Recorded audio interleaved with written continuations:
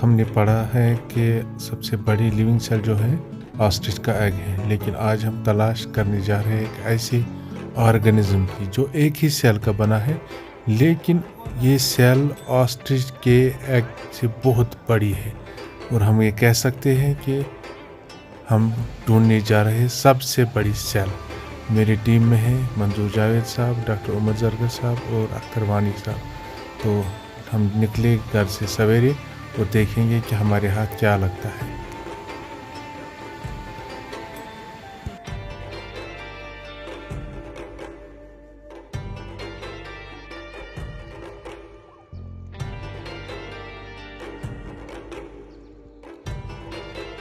रूप साहब, ये जो यहाँ पे ऑरेंज कलर का कुछ फंगस जैसा लग रहा है, ये क्या है? ये बिल्कुल ही यूनिक एक ऑर्गेनिज्म है। नए फंजे हैं, नए एनिमल है, नए प्लांट है, बल्कि ये बिल्कुल अलग किस्म का ऑर्गेनिज्म है। ये प्रोटेस्टा में आता है। ग्रुप प्रोटेस्टा एक ऐसा ग्रुप है जिसमें वो ऑर्गेनिज्म रखे गए हैं जो किसी के साथ, किसी मेजर ग्रुप के साथ, ना एनिमल, ना फंजे, ना बैक्टीरिया कैरेक्टर्स नहीं मिलते हैं। अब ये जो यहाँ पे है, ये एक स्लाइम मोल्ड है। हालांकि स्लाइम मोल्ड के अगर हम इस जंगल में देखें बहुत सारे टाइप्स हैं, मगर ये जो इसका कॉमन नेम है ये है वुल्फ्स मिल्क। क्योंकि अगर हम इसको थोड़ा बहुत अभी निचोड़ेंगे तो वहाँ पे रेड एक मिल्क जैसा निकलेगा, रेड कलर का ऑरेंज। या अब अगर आप पूछेंगे कि इसके कैरेक्टर्स क्या है, इसकी खुशियत क्या है, this slime mould is one of the largest cells. हम कहते हैं कि ऑस्ट्रिच की सबसे बड़ी सेल होती है, मगर सबसे बड़ी सेल यही होती है और ये फैल जाता है यहाँ से वहां तक। प्लस दूसरी बात ये कई फुट तक फैल सकता है। हाँ, कई फुट तक फैल सकता है। दूसरी बात इंपॉर्टेंट ये है, ये मल्टी न्यूक्लिएट मास है। इसमें जो सेल है एक ही सेल है मगर मल्टीपल न्यूक्लियर, क्योंकि इसमें न्यूक्लियर डिवीजन होता है मगर साइटोप्लाज्म डिवाइड नहीं होता है।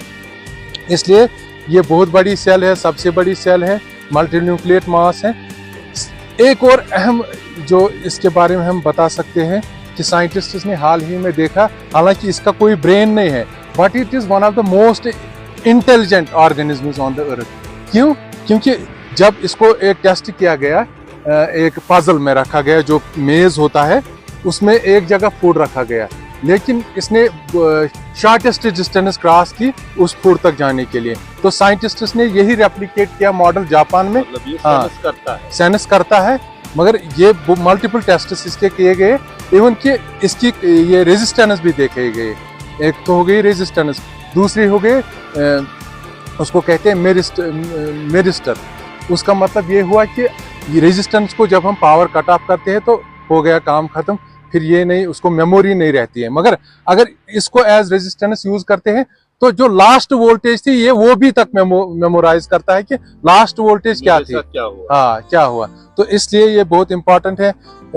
ये इसलिए भी ये इंपॉर्टेंट है, it is considered as a connecting link between animals and plants, because during it is vegetative phase it is animal like, but during it is reproductive phase spores जो इसके होते हैं उनमें सेल वॉल होता है, plant like characters. That is why it is sometimes treated as connecting link between animals and plants. इसके साथ साथ ये भी है कि ये कैसे फूड, इसका क्या है न्यूट्रिशन, ये सैप्रोट्रॉफ है, जो भी डेड डिकेइंग ऑर्गेनिक मैटर है, इवन जो इस पे बैक्टीरिया होते हैं या बाकी फंजे होते हैं या सेल्यूलोज होता है, ये उसी पे गुजारा करता है और फैल जाता है। लास्ट में ये भी मैं बताना चाहता हूँ कि ये जो स्लाइम मोल्ड है और जो इसका प्लाज्मोडियम, इसको हम कल्चर भी कर सकते हैं, और जो इसका मल्टी न्यूक्लिएट फेज है जिसको हम प्लाज्मोडियम कहते हैं, ये बहुत ही इंटरेस्टिंग है। और ओट जो होता है, ओट्स पे अच्छी तरह कल्चर होता है, और हम यहाँ से सैंपल ले जाएंगे। और आप देख सकते हैं जब हम इसको थोड़ा निचोड़ेंगे तो यहाँ से थोड़ा ये निकला ना, इसीलिए इसको कहते हैं वुल्फ्स मिल्क, क्योंकि आप देख सकते हैं ये मिल्क लाइक कंसिस्टेंसी है इसकी। और पुराने जमाने में इसको कहते थे वुल्फ्स मिल्क। इसमें स्पोर्स भी हो सकते हैं, मगर ये एक ही मानो सेल है यहाँ पे, लार्जेस्ट सेल।